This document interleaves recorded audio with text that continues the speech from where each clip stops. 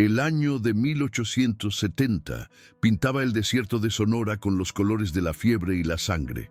Era una tierra que no conocía la misericordia, una vastedad de arena y roca que se extendía entre Arizona y México bajo un sol que era menos una estrella y más un martillo. Durante el día, el calor era una presencia física que robaba el aliento y cocía la tierra hasta que se agrietaba en 1000 venas secas. Por la noche el frío llegaba como un ladrón, afilado y cortante, un recordatorio de que la muerte aquí tenía muchas caras. Los cactus saguaros se erguían como centinelas esqueléticos, sus sombras alargándose sobre un laberinto de grava y espinas, donde el agua era una leyenda susurrada, más valiosa y más rara que cualquier veta de oro. Este era un territorio en guerra, un campo de batalla sin trincheras. Las guerras apache estaban en su apogeo, y el desierto era un tablero donde el ejército de los Estados Unidos, bandas de renegados mexicanos y los guerreros ND, el pueblo apache, se movían en un juego mortal. La confianza era una moneda que nadie poseía, y la violencia, el lenguaje universal, una nube de polvo en el horizonte, podía significar una patrulla de caballería, una banda de ladrones o una partida de guerra chiricahua. La línea entre cazador y presa se redibujaba con cada amanecer y atardecer, y la supervivencia era una cuestión de instinto, suerte y la brutalidad con la que se estaba dispuesto a luchar por un día más de vida. Es en este escenario de desolación que una figura solitaria se arrastraba, la personificación de la vulnerabilidad en un mundo que solo respetaba la fuerza. Elena, una joven española de 22 años, era la única superviviente de un sueño convertido en pesadilla. Embarazada de 9 meses, su cuerpo era una paradoja, un receptáculo de una nueva vida en medio de un paisaje de muerte inminente. Sus ropas estaban hechas jirones, su piel, antes clara, ahora era un lienzo quemado y ampollado, sus labios, un mapa de grietas secas.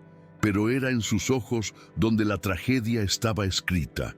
Eran ojos atormentados, que habían presenciado lo impensable y ahora miraban al vacío, viendo solo los fantasmas de aquellos a quienes amaba.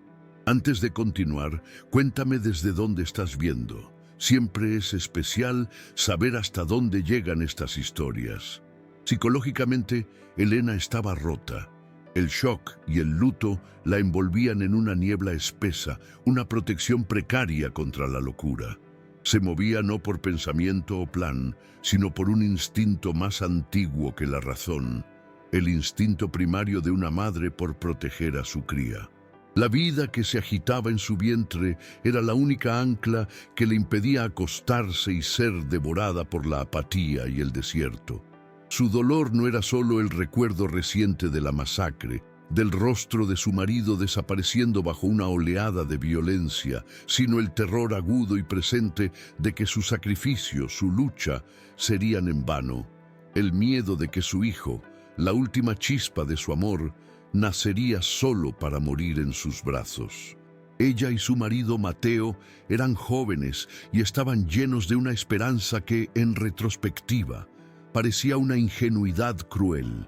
Habían invertido todo lo que tenían para unirse a una pequeña caravana, viajando hacia el oeste en busca de tierras fértiles donde pudieran construir un rancho y criar a su primer hijo bajo el vasto cielo del Nuevo Mundo. Sus sueños eran simples y puros: una casa, una familia, una vida de trabajo duro y paz. Hablaban del futuro con la certeza de los amantes, imaginando la risa de su hijo resonando en un valle que sería suyo. Eran sueños que al desierto no le interesaba escuchar. El ataque fue rápido, brutal y sin sentido. No fueron los apaches, cuyas guerras tenían una lógica territorial y de supervivencia. Fueron bandidos, hombres sin bandera y sin alma, que mataron por unos cuantos caballos, un puñado de suministros y por el sádico placer de la violencia. La caravana se transformó en una pira funeraria en cuestión de minutos. Helena, arrojada a un lado y dada por muerta, vio caer a Mateo. Vio sus sueños convertirse en humo y cenizas. Y entonces, algo dentro de ella, la vida que llevaba, la obligó a moverse, a arrastrarse lejos de la carnicería hacia la vastedad silenciosa del desierto. Durante 2 días, vagó sin rumbo. El luto, una presencia fantasma a su lado. Pero un nuevo dolor, más inmediato y abrumador, comenzó a apoderarse de su cuerpo. Las primeras contracciones del parto eran como olas, comenzando como una marea baja de incomodidad y creciendo en intensidad, cada una recordándole que el tiempo se agotaba. El desierto, antes un enemigo pasivo, se convirtió en un depredador activo y su propio cuerpo en una trampa. Cada paso era una batalla, cada contracción una campana que sonaba, anunciando la llegada inminente de la vida y, muy probablemente, de la muerte. La fuerza, finalmente, la abandonó. La sed era una lija en su garganta, el agotamiento, un peso de plomo en sus huesos. El dolor de las contracciones era ahora una tormenta que la cegaba, la consumía por dentro. Sus ojos desesperados encontraron una pequeña sombra, un recoveco en la base de una formación rocosa que ofrecía un refugio miserable, pero era todo lo que el desierto le daría. Se arrastró hacia ese pequeño oasis de sombra y se desplomó sobre la arena caliente, el cuerpo temblando incontrolablemente. Sabía, con una certeza terrible, que no volvería a levantarse. El momento había llegado.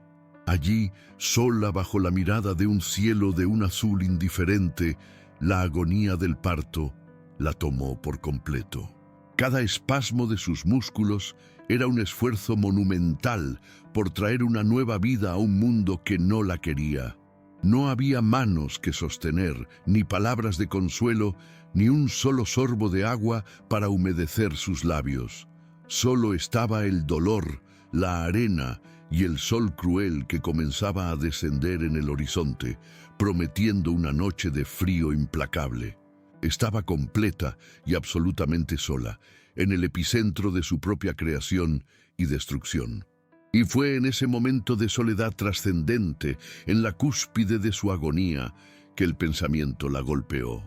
No era un pensamiento de esperanza o de desafío, era una constatación, una verdad tan desnuda y brutal como las rocas a su alrededor. Una sentencia final que borró el último atisbo de negación. Mientras una nueva contracción la arqueaba de dolor, las palabras se formaron en su mente con una claridad cristalina, un epitafio para el sueño que había llevado durante 9 meses. «Mi bebé», pensó, las lágrimas secándose en su rostro antes incluso de caer. «Mi bebé morirá aquí». A muchas leguas de distancia, moviéndose con la paciencia de una sombra, un hombre se hacía uno con el paisaje. Su nombre era Goya, que en su lengua significaba lobo sabio, un nombre que le fue dado no por la ferocidad, sino por la observación silenciosa. No era un joven guerrero sediento de gloria, sino un hombre mayor, cuyos hombros cargaban el peso de estaciones y pérdidas.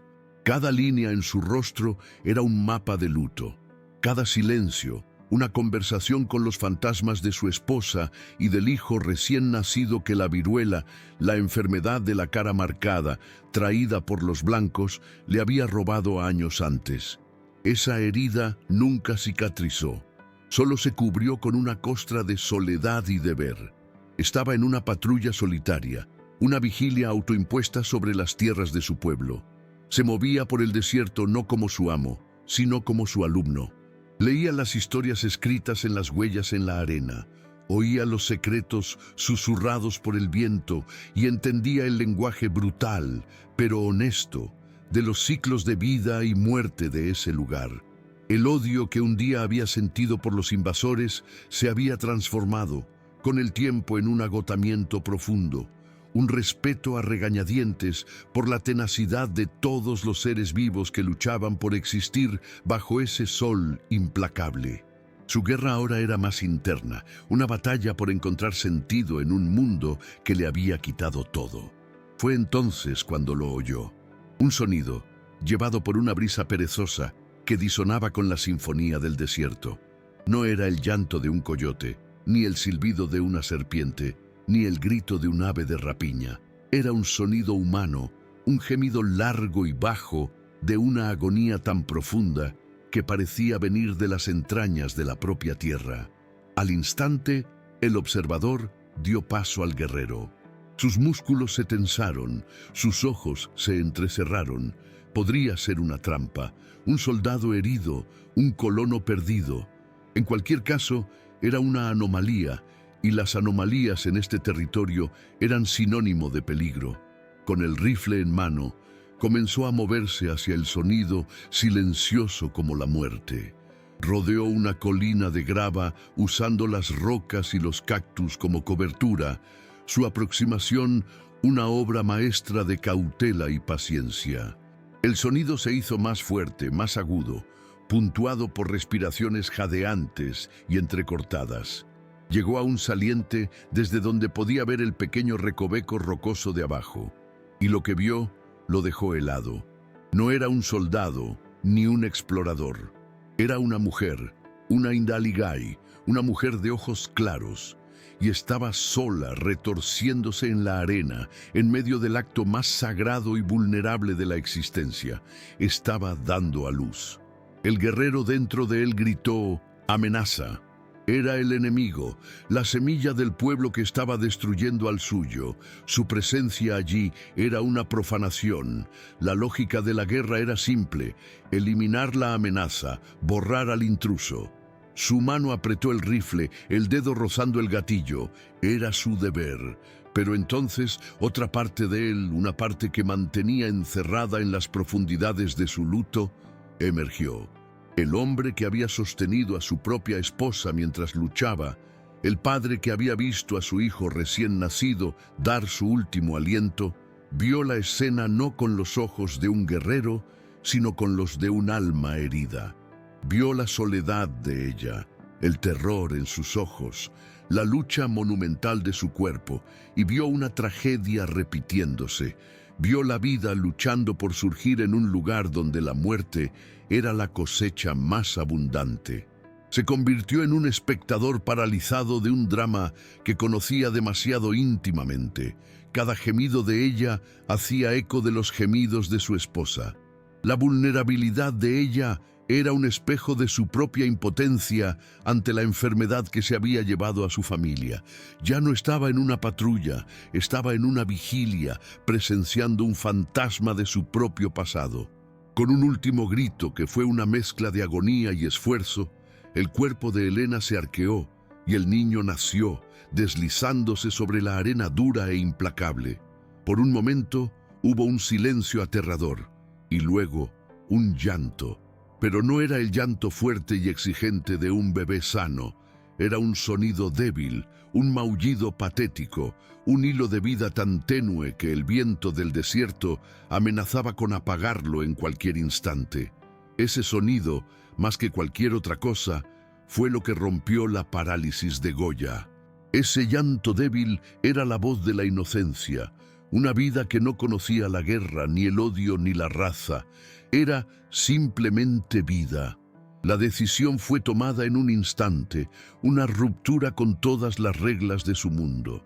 El guerrero retrocedió y el hombre dio un paso adelante.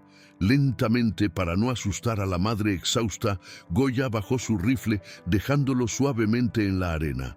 Se levantó de su cobertura y comenzó a caminar hacia ella. Helena, en su neblina de dolor y agotamiento, vio la figura alta y oscura acercándose y su corazón se congeló. Era el fin. Había dado a luz a su hijo solo para que un salvaje los matara. Pero él no levantó el arma. Sus movimientos eran tranquilos, deliberados. Quiero saber, ¿qué parte de la historia te ha conmovido más hasta ahora? Escríbelo en los comentarios. Es increíble leer cada una de sus experiencias. Se arrodilló a su lado, su rostro una máscara impasible que no revelaba la tormenta en su interior. Elena se encogió, intentando instintivamente cubrir a su hijo con su propio cuerpo agotado. Pero Goya solo extendió la mano, no hacia ella, sino hacia el niño. Desenvainó su cuchillo y por un segundo el terror volvió a los ojos de ella. Pero usó la afilada hoja no para herir, sino para cortar el cordón umbilical con una precisión practicada. El acto fue rápido, eficiente y a su manera sagrado. Había separado al niño de la madre, convirtiéndolo en un ser individual en este mundo cruel.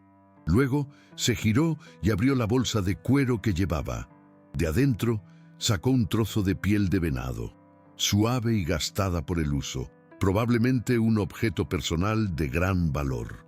Con una delicadeza que contrastaba con sus manos callosas de guerrero, envolvió el pequeño y tembloroso cuerpo del bebé, protegiéndolo de la arena y del frío que ya comenzaba a instalarse. Sostuvo al niño por un momento, su mirada recorriendo los pequeños rasgos, y quien pudiera ver más allá de la máscara de piedra en su rostro, vería un universo de dolor y memoria en sus ojos. Entonces se volvió hacia Elena. Tomó su calabaza de agua, un bien más precioso que cualquier oro, y levantando suavemente la cabeza de ella, dejó caer unas preciosas gotas en sus labios agrietados. El agua era un bautismo, una bendición, un reconocimiento de su dura prueba. Elena bebió, las lágrimas rodando por su rostro sucio, lágrimas ya no de desesperación, sino de una confusión y gratitud tan profundas que la dejaron sin palabras. El hombre que esperaba que fuera su verdugo se había convertido en su salvador y en el partero de su hijo. Goya no actuó por piedad, no en el sentido que la gente de Elena entendería. La piedad era un lujo, una emoción para aquellos que no vivían al filo de la navaja. Actuó por reverencia. Ese momento, el de la llegada de una nueva vida, era sagrado, un misterio que trascendía las pequeñas y estúpidas guerras de los hombres.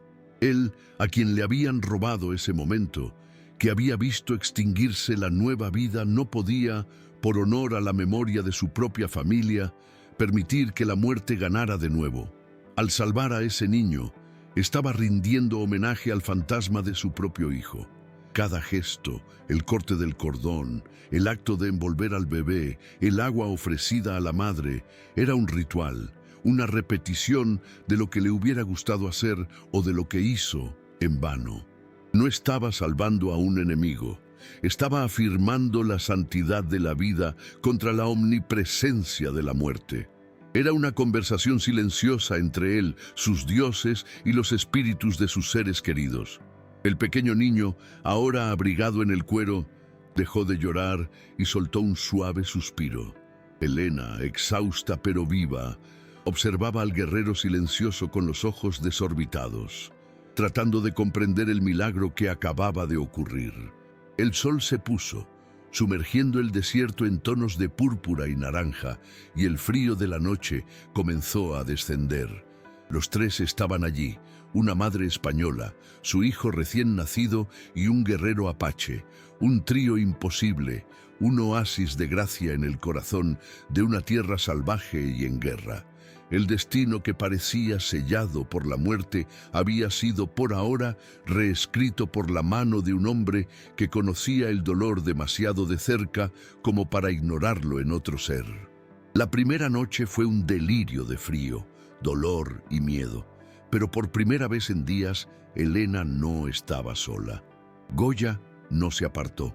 Con la eficiencia de un hombre que ha pasado la vida leyendo las señales de la naturaleza, preparó un pequeño campamento. Recogió leña seca y usando pedernal y acero, encendió una hoguera pequeña y casi sin humo, un fuego apache hecho para dar calor sin delatar su posición. El brillo de las llamas danzaba sobre las rocas, creando un círculo de luz y calor en ese vasto océano de oscuridad. Se sentó al otro lado del fuego, con el rifle a su lado, y montó guardia. Para Elena, exhausta y en un estado de shock fluctuante, la escena era surrealista. El hombre que debería haber sido su mayor temor se había convertido en su único protector. Al amanecer, comenzó la rutina de supervivencia. Goya desapareció silenciosamente con la salida del sol y regresó horas después con un pequeño conejo. Con movimientos precisos lo desolló y preparó, cocinando la carne sobre el fuego. Le ofreció la porción más tierna a Elena, quien la comió con un hambre que apenas recordaba sentir. No dijo una palabra. Sus acciones eran su lenguaje, eficientes, prácticas y a su manera profundamente cuidadosas. No la trataba como a una prisionera o una enemiga, sino como a una superviviente que necesitaba ayuda, una responsabilidad que él, por razones propias, había asumido. Los días siguientes establecieron un ritmo silencioso. Sus vidas giraban en torno a 3 ejes: el fuego, el niño y la supervivencia. Goya cazaba, buscaba raíces comestibles y, lo más importante, encontraba fuentes de agua ocultas que los mantenían a ambos hidratados. También traía hierbas, que preparaba en un té amargo para Elena, explicando con gestos que ayudaría a detener el sangrado y a recuperar sus fuerzas. Ella, por su parte, dedicaba cada gramo de su creciente energía a su hijo, a quien llamó Mateo, en memoria de su marido. Lo amamantaba, lo mantenía limpio y lo acunaba, su amor por él una fuerza feroz e inquebrantable. La comunicación entre ellos era un ballet de gestos y necesidad. No había un idioma común, excepto el español quebrado que ambos chapurreaban, pero no necesitaban muchas palabras. Un asentimiento de cabeza de ella era un agradecimiento. Un dedo señalado por él era una instrucción. Le enseñó, por demostración, a distinguir el sonido de una cascabel del sonido del viento, a entender que las nubes, de cierta forma, presagiaban lluvia. Y ella, a su vez, le mostraba con la mirada la fuerza de su hijo, la forma en que agarraba su dedo la primera vez que sonrió. Estaban construyendo un puente sobre el abismo de sus culturas, usando los tablones de su humanidad compartida. El miedo inicial de Elena hacia Goya fue reemplazado lentamente por una frágil confianza. Observaba la forma en que se movía, con una gracia y un propósito que la fascinaban. Era tan parte de ese desierto como las rocas y los cactus, pero era su interacción con el pequeño Mateo lo que más la conmovía. Cuando necesitaba mover al niño para que ella pudiera descansar, lo hacía con una reverencia y una delicadeza que parecían imposibles para un hombre de manos tan callosas y vida tan dura. Había una ternura en su toque que hablaba de un dolor antiguo, de una paternidad perdida. Goya, a su vez, observaba a Elena. Veía más allá de la apariencia de enemiga. Veía la fuerza tenaz de una madre, la resiliencia de una mujer que lo había perdido todo pero se negaba a renunciar a lo único que le quedaba. La devoción de ella por su hijo era algo que él entendía a nivel celular. Era la misma devoción que él había sentido, el mismo amor feroz que lo había definido. En esa mujer de ojos claros no veía la causa de su dolor, sino un reflejo de él. 2 almas solitarias, unidas por un amor parental que era, al mismo tiempo, su mayor fuerza y su mayor vulnerabilidad. Su amor, aún sin nombre y platónico, se estaba tejiendo en el telar del cuidado mutuo. Un día, mientras él reparaba una de sus sandalias, ella notó un desgarro en su bolsa de cuero. Con una aguja e hilo que milagrosamente habían sobrevivido en un pequeño bolsillo de su falda, lo remendó. Fue un pequeño gesto, pero para él un acto de domesticidad y cuidado que no había recibido en años. Aceptó el remiendo con un breve y casi imperceptible asentimiento, pero sus ojos, por un instante, revelaron una profunda gratitud. Se convirtieron en una unidad funcional. Una familia improbable, nacida de la tragedia. El foco de sus vidas era la pequeña y frágil existencia del bebé Mateo. Su supervivencia era el proyecto común que daba propósito a sus días y noches. Proteger esa pequeña llama de vida en medio de la vastedad del desierto se convirtió en la única misión que importaba, una misión que los unía de forma más poderosa que cualquier juramento o tratado. A pesar de la paz relativa de su rutina, el desierto seguía siendo un enemigo implacable. Una noche, el frío descendió de las montañas con una ferocidad inusual. La pequeña hoguera luchaba por mantener a raya la oscuridad y el frío, y fue esa noche que el bebé Mateo comenzó a llorar. No era el llanto de hambre o incomodidad, sino un llanto agudo, incesante e inconsolable, probablemente por cólicos o por el frío que se filtraba en sus pequeños huesos. Elena intentó de todo. Lo amamantó, lo acunó, le cantó las canciones de cuna españolas de su infancia. Pero nada funcionaba. El llanto del bebé solo aumentaba en pánico e intensidad. La propia Elena, débil y con los nervios a flor de piel, comenzó a entrar en pánico. Se sentía una madre terrible, impotente, incapaz de calmar el sufrimiento de su propio hijo. Sus lágrimas de frustración se mezclaron con las del bebé, y sus sollozos hicieron eco en la noche fría. Goya, que observaba la escena en silencio desde el otro lado del fuego, finalmente se levantó. Se acercó lentamente, su rostro como siempre inescrutable. No dijo nada, solo extendió los brazos. El gesto era claro: déjame intentarlo. Elena dudó por un momento, su instinto maternal reacio a entregar a su hijo sufriente, pero su desesperación era mayor. Con manos temblorosas pasó el pequeño y lloroso bulto a los brazos del guerrero. El punto de inflexión ocurrió en ese instante. En el momento en que Goya sostuvo al niño, algo en su postura cambió. No lo sostuvo con torpeza, sino con la memoria muscular de un padre. Anidó al bebé contra su pecho, su gran cuerpo formando un capullo de calor y seguridad. Y entonces comenzó a cantar. La canción no era una melodía, sino un canto bajo y gutural en su lengua nativa, una canción que parecía tan antigua como las propias montañas. La voz de Goya era un murmullo, una vibración que parecía resonar directamente en el pequeño cuerpo del bebé. Era una canción de cuna apache, una historia sobre el viento que protege a los pequeños, sobre la estrella de la mañana que los guía. Y, como un milagro, el llanto del bebé comenzó a disminuir. Sus pequeños sollozos se convirtieron en suspiros, y sus ojos, antes apretados de dolor, se abrieron y se fijaron en el rostro del hombre que lo sostenía. En pocos minutos estaba profundamente dormido, un sueño de paz absoluta. Elena observaba, boquiabierta, las lágrimas rodando silenciosamente por su rostro. La escena era de una belleza tan dolorosa que su corazón apenas podía soportarla. El guerrero que temía, el hombre silencioso y duro, había calmado a su hijo con una canción. Cuando estuvo segura de que el bebé dormía, reunió el coraje para preguntar. Su voz un susurro en español quebrado. La canción, ¿qué significa? Goya no respondió de inmediato. Siguió mirando el rostro dormido de Mateo y por primera vez Elena vio claramente cómo la máscara de piedra de su rostro se resquebrajaba. Vio el dolor desnudo, la pérdida infinita que llevaba en sus ojos. Cuando finalmente habló, su voz era baja y cargada de una tristeza que parecía venir del centro de la tierra.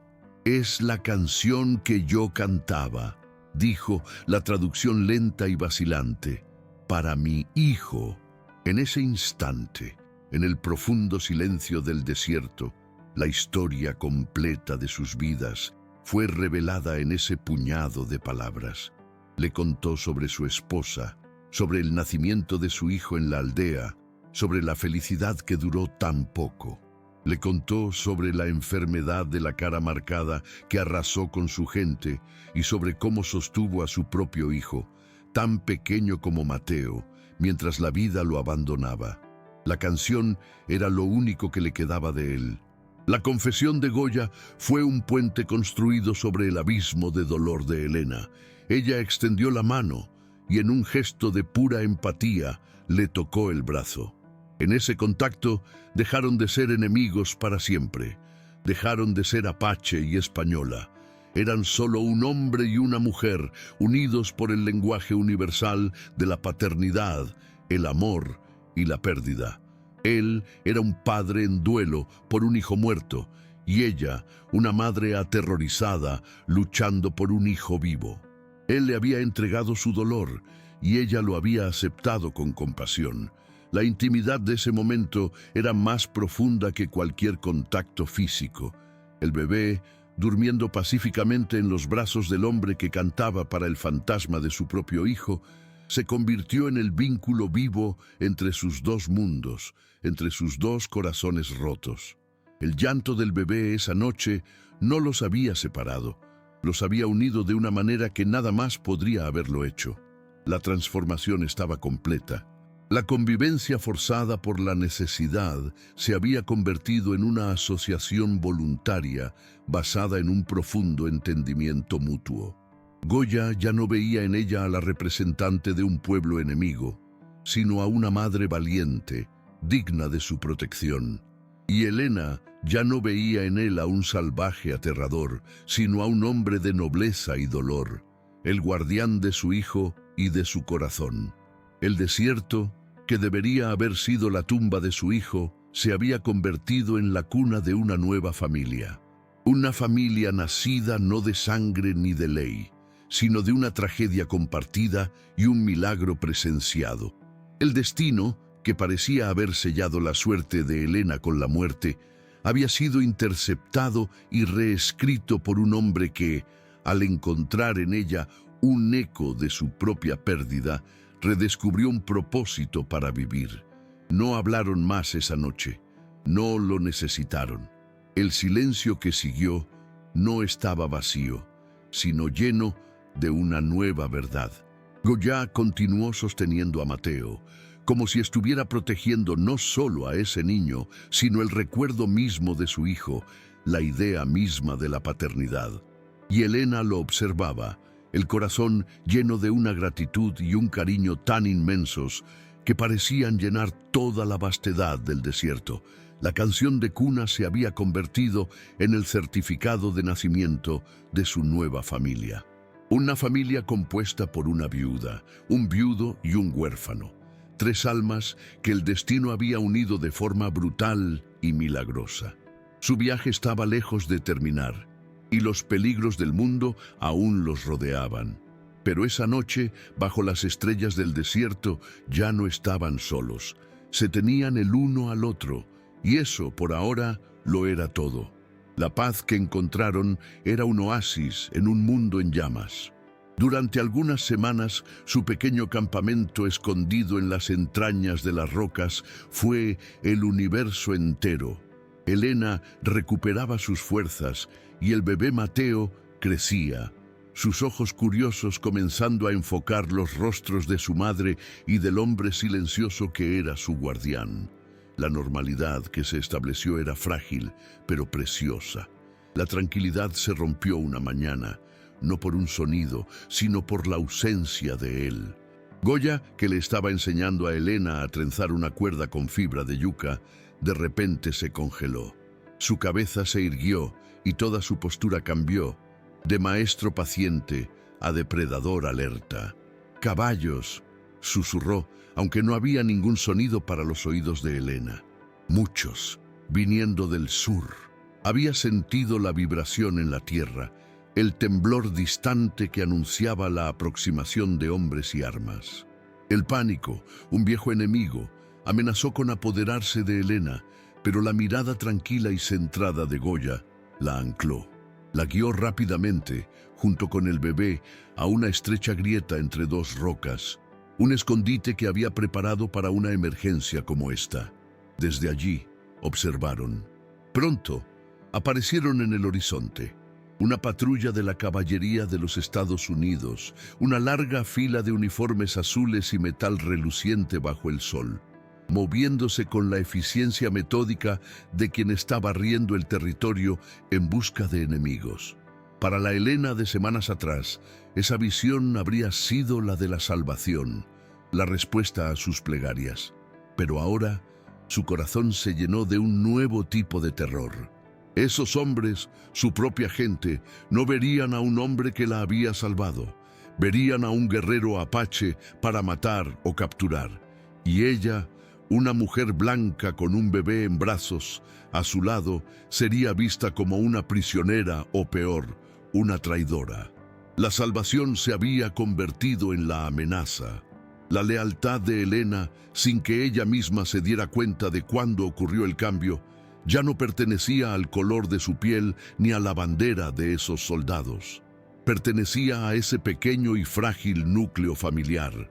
Goya señaló una cueva más alta en la ladera, un lugar más seguro y más oculto. Pero Elena, cuyo miedo ahora estaba templado por una nueva y desesperada inteligencia, negó con la cabeza. Su conocimiento del mundo del que provenía era ahora su única arma. Agua, susurró en su español quebrado, señalando la cueva y luego el suelo, donde la vegetación era un poco más verde. Soldados, buscan agua, van a mirar. Sabía que la lógica militar los llevaría a inspeccionar cualquier lugar que pudiera sustentar vida u ocultar a un enemigo. Su mente, antes nublada por el trauma, trabajaba con una claridad febril. Miró a su alrededor, no con los ojos de una víctima, sino con los de una estratega. Su mirada se posó en un denso matorral de mezquite y cactus cholla, una maraña de espinas casi impenetrable, no muy lejos de donde estaban.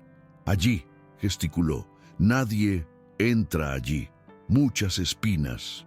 Era una apuesta audaz, esconderse no en la oscuridad de una cueva, sino a la vista de todos, contando con la renuencia de los soldados a enfrentarse a la agresiva vegetación. Goya miró hacia donde ella señalaba, y luego a ella. En sus ojos vio no el miedo, sino la lógica. Él, que conocía 1000 maneras de esconderse en las rocas, no había considerado la psicología de sus perseguidores. Asintió, una expresión de respeto en su rostro. Por primera vez, ella no era solo alguien a quien proteger, era su compañera en la supervivencia. Su plan, una fusión de la sabiduría apache y la intuición de Elena, se puso en acción con una urgencia silenciosa. Goya usó su cuchillo para abrir un pequeño túnel a través de la base de los arbustos, un espacio apenas suficiente para que pudieran arrastrarse dentro. Una vez allí, usó ramas sueltas para camuflar la entrada. El interior era un pequeño bolsillo de espacio, un nido de espinas y sombra. El aire era cálido y quieto, y las espinas los rozaban con cada movimiento. Elena sostuvo a Mateo contra su pecho, rezando para que no llorara. Y entonces los oyeron. El sonido de herraduras en la piedra, el tintineo de equipos, las voces de hombres hablando en inglés, un idioma que ahora sonaba extrañamente ajeno para Elena. La patrulla había llegado. Desde su escondite veían fragmentos del mundo exterior a través del follaje, botas pasando a metros de distancia, el rostro sudoroso de un joven soldado que se detuvo a secarse la frente. El tiempo se arrastró, cada segundo una eternidad. Mateo comenzó a moverse, soltando un pequeño gemido ahogado. El corazón de Elena se detuvo. Rápidamente lo puso en su pecho, ofreciéndole el seno, el instinto de madre más rápido que el miedo. El bebé, encontrando consuelo, se calmó. Afuera, el sargento gritó una orden. Al parecer, habían inspeccionado la cueva que Goya había sugerido primero y la encontraron vacía. Satisfechos de que la zona estaba limpia, se prepararon para seguir adelante. El peligro inmediato había pasado. Oyeron los sonidos de la patrulla alejándose, volviéndose cada vez más débiles, hasta que el único sonido que quedaba era el del viento y el de sus propias respiraciones contenidas. Esperaron mucho tiempo, hasta que Goya, tras una cuidadosa observación, dio la señal de que era seguro. Al salir de su espinoso escondite, arañados y cubiertos de polvo, se miraron. Esa mirada contenía un universo de emociones: alivio, agotamiento y algo nuevo y poderoso. Se habían enfrentado al mundo juntos y habían vencido. Ella había confiado la vida de su hijo a la sabiduría de él, y él había confiado la supervivencia de todos a la intuición de ella. El acto fue un juramento silencioso. La transformación emocional estaba completa. La crisis no los había quebrado, los había fundido. Goya extendió la mano, no para ayudarla a levantarse, sino simplemente para sostenerla de ella. Elena aceptó, y el contacto de sus manos callosas era una promesa. Ya no eran dos almas solitarias unidas por el azar, eran una unidad, una familia forjada en el fuego de la adversidad, unida por un pacto de protección mutua. El amor entre ellos, nacido del cuidado y el dolor compartido, ahora estaba cimentado en la confianza y la lealtad. Se habían elegido el uno al otro por encima del mundo, y en esa elección encontraron su verdadero refugio. El día que se escondieron de la patrulla marcó el fin de su antigua vida y el verdadero comienzo de la nueva. Esa maraña de espinas no fue solo un escondite, fue el crisol donde su alianza se templó y se volvió inquebrantable. No podían permanecer más en ese lugar. Con el ejército barriendo la zona, el peligro estaba en todas partes. El viaje que emprendieron a continuación ya no era la huida de Elena o la patrulla de Goya. Era una migración, el primer acto de una nueva familia en busca de un lugar seguro donde echar raíces. Elena, ahora más fuerte, caminaba a su lado, no detrás. Llevaba a Mateo en un rebozo que Goya le había enseñado a hacer y su parte de los suministros, moviéndose con una resistencia que la habría sorprendido meses antes. El desierto, que antes había sido su enemigo, el laberinto donde había venido a morir, ahora se le revelaba bajo la tutela de Goya. Le enseñó los secretos de la tierra, cómo encontrar el camino siguiendo la floración de los cactus, cómo saber la hora del día por la sombra de una roca, cómo sentir la proximidad de una tormenta por el olor del aire. Y ella aprendió. La mujer de ciudad, la soñadora española, se estaba convirtiendo en una hija del desierto. Su piel, aunque marcada por el sol, ya no era la de una víctima, sino la de alguien que pertenecía a ese lugar. Descubrió dentro de sí una fuerza que no sabía que poseía, una resiliencia tan tenaz como la del agave que florece en la tierra más seca. Tras días de caminata, Goya los llevó a un lugar que era más un secreto que un sitio en el mapa. Un pequeño cañón escondido, con un manantial que brotaba de la roca y creaba un arroyo improbable, bordeado de álamos. Era un santuario, protegido de los vientos y de las miradas curiosas, un lugar donde la vida florecía en tonos de verde vibrante contra la roca roja. Allí se detuvieron. Allí comenzaron a construir ya no un campamento temporal, sino un hogar. Goya construyó un refugio más permanente y Elena comenzó a cultivar un pequeño jardín con las semillas comestibles que él le había enseñado a recolectar. La lucha por la supervivencia diaria dio paso a un ritmo de vida. Los meses se convirtieron en estaciones. El bebé Mateo dio sus primeros pasos en la arena suave del cañón. Sus primeras palabras, una mezcla de la lengua española de su madre y la lengua endé de su padre adoptivo. Goya, el guerrero silencioso, encontró una nueva razón para su existencia. Enseñar al niño el nombre de los pájaros, mostrarle cómo hacer un pequeño arco de juguete, ver su sonrisa desdentada, todo eso comenzó a llenar el vacío en su corazón. El dolor por la pérdida de su primera familia nunca desaparecería, pero ya no era una herida abierta. La risa de Mateo era el bálsamo que permitía que la cicatriz finalmente se cerrara. La redención de Goya no vino de una venganza contra sus enemigos o de un regreso glorioso a su pueblo. Vino en el acto silencioso y diario de ser padre de nuevo. Al proteger y nutrir al hijo de una enemiga, estaba honrando la memoria de su propio hijo de una manera más poderosa que cualquier ritual de luto. El que se veía a sí mismo solo como el guardián de un final trágico, se descubrió como el arquitecto de un nuevo comienzo.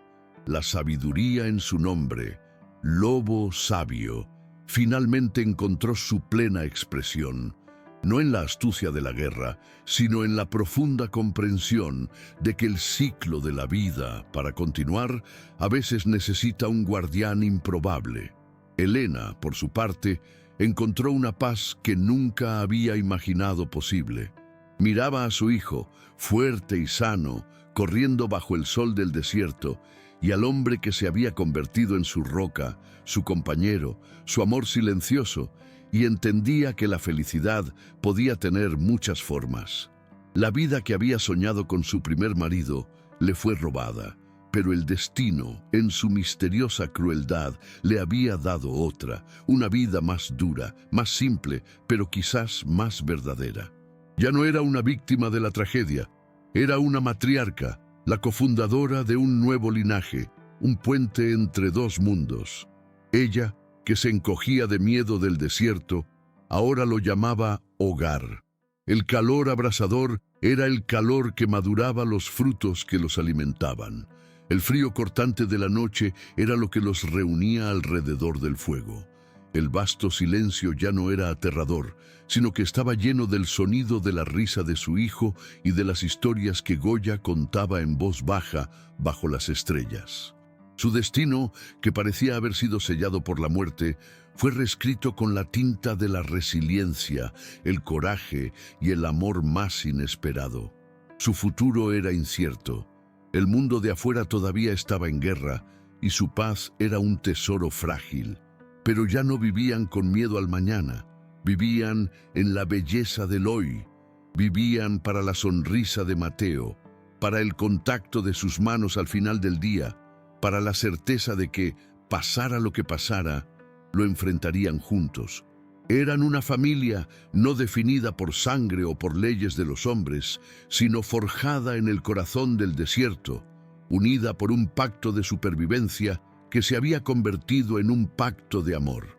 Eran la prueba de que, incluso en la tierra más árida, la esperanza puede echar raíces, que incluso en medio del odio de la guerra, la humanidad puede florecer, y que a veces la familia que encontramos es la que construimos a partir de los pedazos rotos de nuestras propias vidas, creando algo más fuerte y más hermoso de lo que jamás podríamos haber soñado.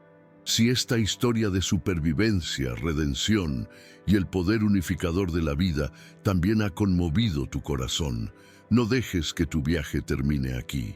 Narrativas como la de Helena y Goya nos recuerdan que la compasión puede trascender cualquier frontera y que los actos más profundos de amor a menudo ocurren en los lugares más desolados, demostrando que la luz siempre encuentra una manera de brillar en la oscuridad. Deja tu like para que este mensaje de esperanza y humanidad pueda viajar más lejos.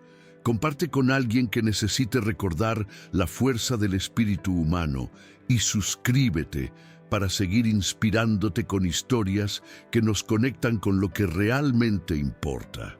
Tu apoyo nos ayuda a mantener viva la llama de estas narrativas. En el desierto que prometía ser la tumba de su hijo, ella dio a luz a la vida. Y cuando el destino vino a reclamar su promesa de muerte, encontró a un guerrero apache de alma herida, guardando el camino. Un hombre que, al salvar al hijo de otra persona, redimió al fantasma del suyo.